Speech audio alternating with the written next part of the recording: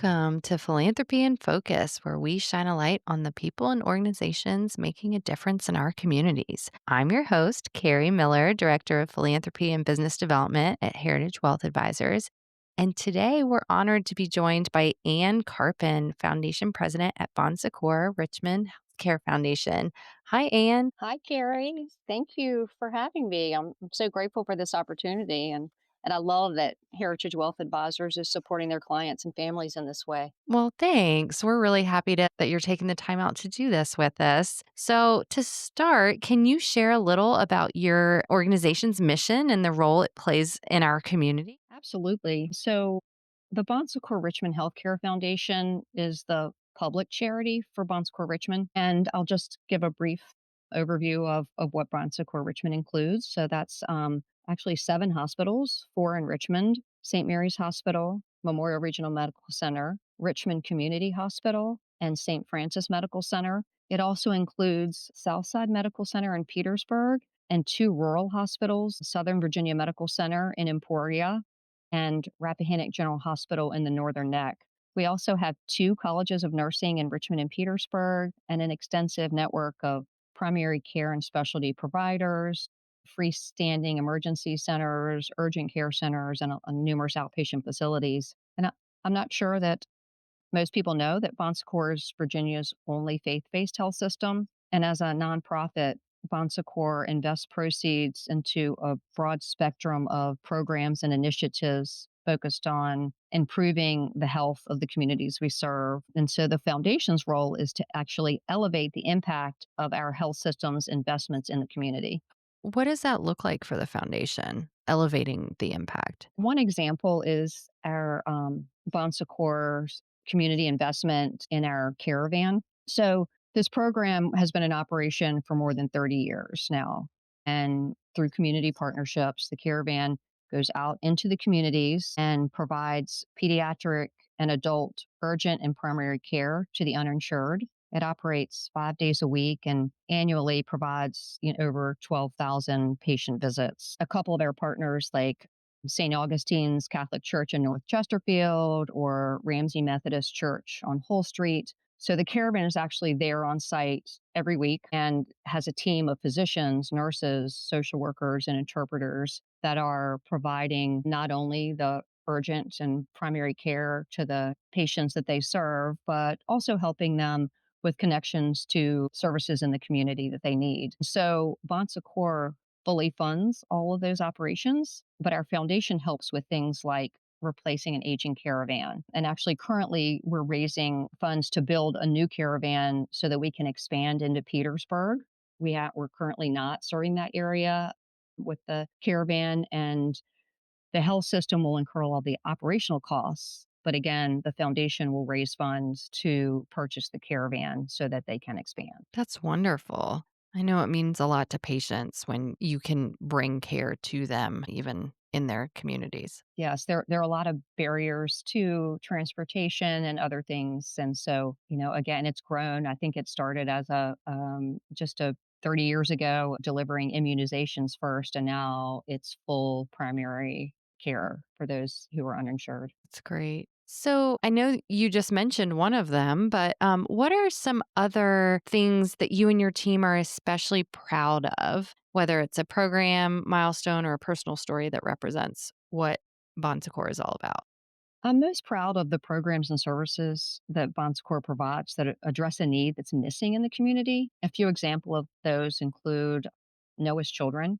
It's the only pediatric hospice and palliative care program in the region, and it provides support for pediatric patients and their families with life threatening or life limiting illnesses. Noah's Children actually receives referrals from all the hospitals in the area, not just Bon Secours, all the pediatricians and all the health systems in the area. Another program, Richmond Hope Therapy, it's a really unique pediatric program that provides an intensive physical therapy for children with CP or other disorders or conditions, and only one of its kind in the area. And referrals come from all health systems, and even some families travel from outside the area for this program. Provides the therapy 5 days a week for 3 weeks and for several hours each day. And it just really makes a difference in the lives of the families and patients that it serves. And then I think another one that's very similar and was developed because of a need that was identified is our violence response team. It's made up of specially trained forensic nurses and victim services advocates that are available 24 hours a day, 7 days a week, all of our facilities and emergency departments for victims of violence. And it was actually started 30 years ago, first identified by a nurse in the ER that just saw the need, and it's grown. Today, it includes 30 staff who are really truly leaders in this field, and they serve over 40 jurisdictions. Well, those are some really incredible services for families that are going through difficult times. And as a child of two nurses, think nurses are the best. They are. They are. They just, they're right there with the patients. And I always tell young nurses that I'm so grateful that they chose this profession and they're going into it. And I just really admire them and Hmm. try and build them up because it's not an easy profession. No. Well, so for those listening who feel inspired, what are some meaningful ways people can get involved through volunteering, giving, or even just spreading the word? Sure, sure. There are many ways that people can get involved beyond donor support, ranging from cooking a meal at our guest house to participating in a gala committee or just hosting an informational session or tour for friends so they can learn more about one of our programs. We also have a foundation board, and I'd love to connect with anyone who's interested in learning more about any of these programs and how they can get involved. Thanks, Anne. We will include some notes in the podcast with ways to connect the two of you if people are interested. So, what would you say is your organization's greatest need right now, and how can supporters make the biggest difference? That's always really a tough question because there's Mm. so many needs. Mhm. And I think any supporter can find an area that's meaningful to them, from nursing scholarships to community health to direct patient care support services. There are immediate needs. Richmond Hope Therapy, which I mentioned, is Mhm. expanding to serve more patients, and we need donor support. Right now, there's actually a pretty significant waiting list for the program, and they're relocating. And so, as part of that, with the expansion, they'll be able to serve more patients. And again, the health system will cover the costs associated with expanding, but the actual move and equipment and all those sorts of things that go along with it, that's how the foundation is raising funds for that. And it's an immediate need. And I already mentioned that we're raising funds to build a caravan to expand into Petersburg. So that's an immediate need. And then we're also trying to meet a challenge match by the end of this year for a critical care transport vehicle, which is essentially an ICU on wheels with highly trained clinicians that transport our patients from one facility to another when a higher level of care is needed. And we do have a critical care transport, but a larger sophisticated unit is needed, and so we are raising funds to have one in place by next year. So, looking to the future, does Bon Secours have any bold goals or big dreams for the next 3 to 5 years?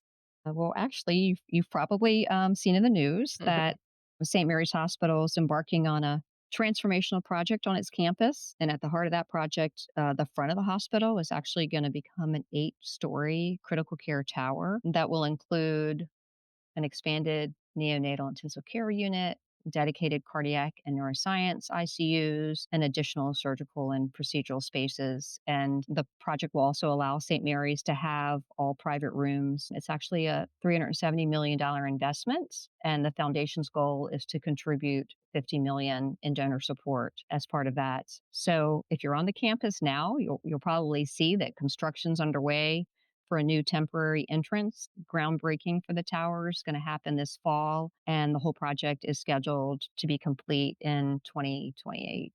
So it's significant. St. Mary's Hospital has served this community for generations, and this expansion and modernization will really ensure St. Mary's continues to deliver that advanced, compassionate care it's known for generations to come. So we are very excited about what's ahead. Well, Anne, thank you for joining us and for sharing more about Bon Secours Richmond Healthcare Foundation. Thank you for inviting me to be here. I know that there's so many needs in our community, and I love that you're helping people align their passions and values and life experiences with philanthropic giving. So thank you for that, and thank you for this opportunity. Well, thanks. Well, for those who want to learn more or get involved or contact Anne, we've included links in the show notes. And I'm Carrie Miller, and this has been Philanthropy in Focus. We'll see you next time.